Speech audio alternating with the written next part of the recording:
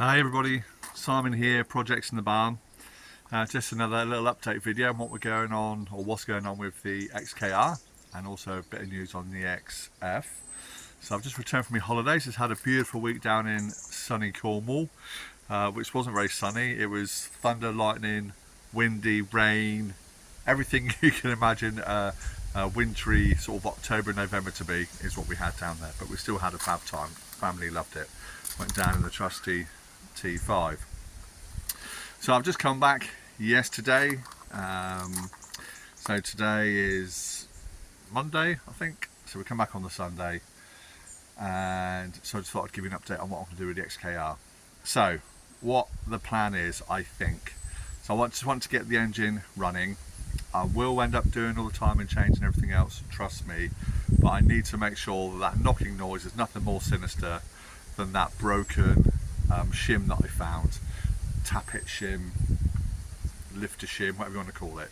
But on SMG Barrett's website, tappet adjustment shim. So I'm going to go with that.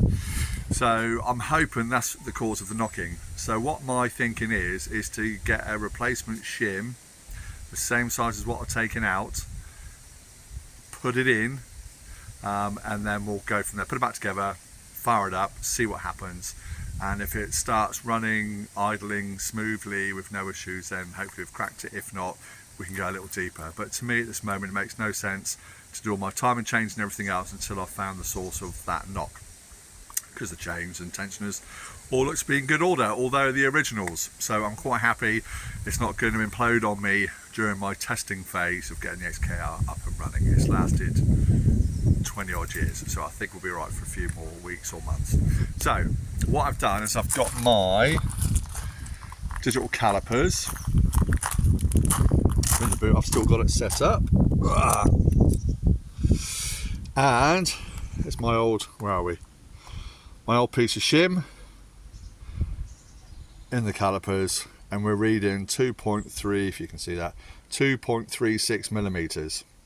Now I've gone around this part of it and the other part of it, which is down there. The other part is probably still in there floating around. So let's just take that back out again. Normally you would be able to see, apparently, allegedly, the shim thickness written on the shim. Now I know I'm missing a piece, but on here on both sides there's nothing, so it must have either worn away, not had it, or something like that. Right in the center, so I can get it set up. Right in the center, it looks like there was some thing, just like a little question mark, look, right in the middle. That's probably the 2, and then it would have gone on with something else, though I don't know. Hence I've measured it, 2.36. Now I've checked on SMG Barrett's website, and they do a 2.36 millimeter shim. So I'm going to buy that shim. Also, when I was in there last time, I noticed that the hydraulic lifter, the tappet bucket, cam bucket, whatever you want to call it, where the shim goes into, there's a little edge all the way around it that the shim sits into. Now on the very top of that edge, mine's broken away a little bit, which I've managed to fish that bit out of the broken bucket. So I'm going to have to replace that part as well. I was hoping I was going to have to replace the shim, which I should be able to if I had the right tool to press the bucket, slide the shim in without removing the camshaft. But yeah, because I need to replace that bucket, I need to take that camshaft off. So we're going to go ahead and do that, not today, because I need to order the parts. So that's what I need to do. So I need to order the shim, a new lifter, take that camshaft off and do that. So that's it for the XKR, and then we're going to see if we can get the XKR fired up, running. We can get it running right, and then we can go ahead, as I said, and do all the timing change and supercharger and everything else we want to do to make it sweet. So that's where we are with the XKR. So I'm going to order that part today, so hopefully one day this week that part will arrive and we can crack on and get that part all replaced and done. So that hopefully by the end of the week there'll be another video coming out actually show me do that. This is just an update, short video. In other news, right, I've killed, I think, my XF. So a few weeks ago, I'll show you, a few weeks ago, I had a warning come up for coolant level low. So when I popped the bonnet, just pop this up here, when I popped the bonnet, there's a bit of coolant sitting on the under tray and stuff like that. I may as well pop up the bonnet of the XF now. Then it'll all make sense. So I'll turn you around. So in my header tank, this piece here had broken off, and the old one is just here. Hopefully you can see that, the sun is beating down on me. It snapped off. So I managed just to slip the hose back over the piece that was left. Happy days, it was fine, but obviously not ideal.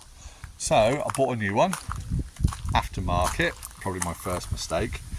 Very simple to replace. There's just one bolt to do there.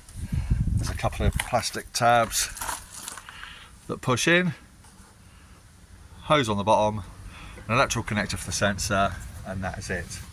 So because we had to run an errand yesterday, I thought we'll swap it over. So that's what I did. So I swapped the tank over, put this one in, and my good old lady wife took the car for a 20-mile or so drive, which is absolutely fine.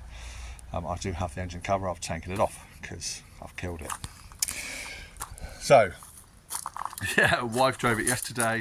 I threw a load of water in the back just in case we had any leaks or anything like that, and sort of said to her, if you see the message come up with coolant low, please stop the car, check it, do all the good stuff.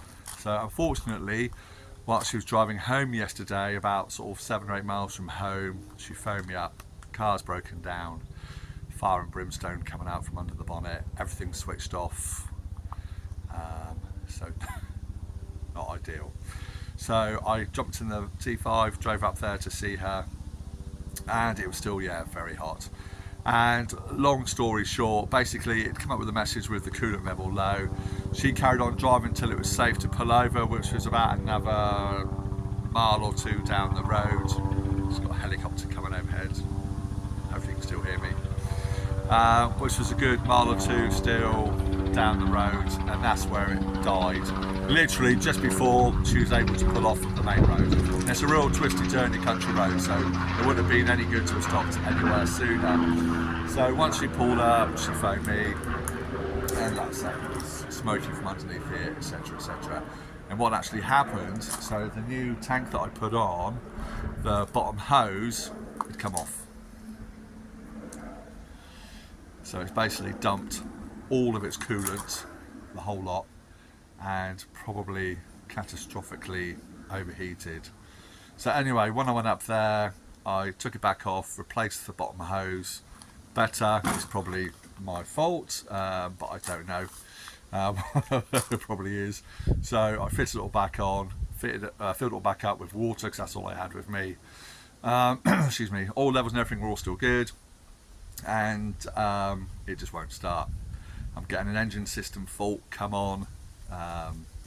It did have a gearbox fault, DSC fault, lots of faults, but it's turning over. It just won't fire at all, just continually turning over. So that's a bit annoying. So phoned the AA. He come out, bless him, plugged in his scanner, and just cleared all the codes. I did ask him what he saw on there, and he said he saw codes for excessive engine temperature and for a crankshaft position sensor, which may be the reason why it's not firing. And that's literally it. He went no further. He went, "Oh mate, yeah, your head gasket's probably gone," and it calls for recovery. But to me, having cars that have had head gaskets go, you still run a car with a head gasket gone. Just doesn't run very well, overheats really, really quickly, and you get an oil and coolant mix normally. But in this, I've had the oil cap off. Oh, I'll show you. I've had the oil cap off, and it is still.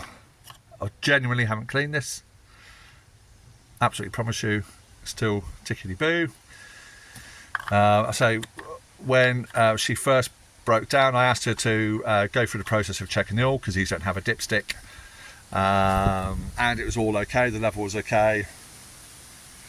So yeah, I don't know, but yeah, the A man basically said head gasket's gone, mate. There's nothing I can do, and arranged for recovery. So we had a local recovery firm pick me up, and because it's a Sunday, no, it was open. I've just asked them to bring it home. So the car is here. So I've just got a lead on because with me farting around with it, the battery's getting low, which is not a good thing on these. So I've got the battery on charge.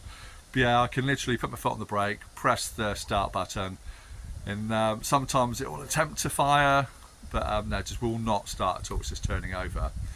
So in my mind, I'm thinking, well, maybe if it did get too hot, it has caused some damage to the crank position sensor, which wouldn't allow the car to start. It might have been an old code that he cleared, but I've had a scanner on here before, and it's not one that's come up before when I first got the car trying to take off the check pedestrian system.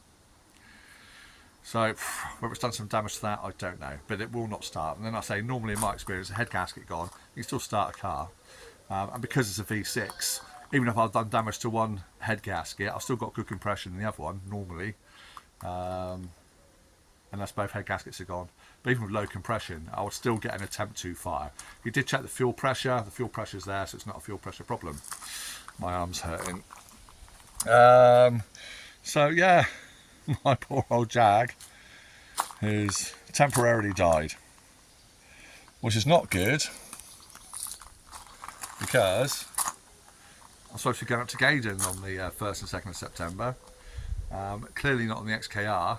And I can't turn up now in my XF unless I manage to get it fixed over these next coming weeks, which fingers crossed, because I've booked the hotel and there's a nice gang of us going up, and oh dear me, what can you do? It's a bit self-inflicted, so I'm annoyed at that, but being stressed is not going to change anything. So yeah, we just need to deal with it. So I need to dig a little deeper into this. As you all know, I'm not a mechanic. I'm an enthusiastic DIYer with like 30 odd years experience, so, but normally on old Volkswagens. So there we go. So any advice, help, hints, tips, everything is welcome. But as usual, I've done the wrong thing, gone onto forums, and yeah, nothing really of any use on there that I can see. It's such a generic thing that the car won't start. But the only thing that comes up now on my dash is engine system fault. That's it. So the gearbox one is gone. Still got the water and fuel one, which has been on there ever since I've had the car. And I still have the check pedestrian system, which has been on there ever since I've had the car. But the only one on it now is engine system fault. So what I have done is I've ordered, because my scanner, I plugged my scanner into it, my OBD2 reader, yesterday, and it's not picking up any codes whatsoever. So I know the A-man said he cleared the fault codes, but I've been trying to start it since. I was hoping the codes, if there's any, would come back. But my scanner's not picking it up, and mine is a generic one. So I have splashed out. I bought an iCarsoft Jaguar code reader. So I'm going to plug that in. That'll be here in a few days, hopefully. I'll plug that in and see what that throws up. Then we may know more. If not, it's going to have to go to the garage and have it properly diagnosed there. If it is a sensor, a crank position sensor or something similar like that, something obviously we can do here, which then hopefully will sort it out. Even if I have damaged the head gasket, we should be able to still get it started and see where we go. So there we go. Happy holidays to a bit of a disastrous Sunday, but never mind. So we're going to crack on. We are going to get it sorted. We are going to fix the XF, hopefully, unless it's going to cost thousands. And with the ongoing saga with the finance and all that, God knows what's going to happen there. And the XKR, we are going to replace that shim,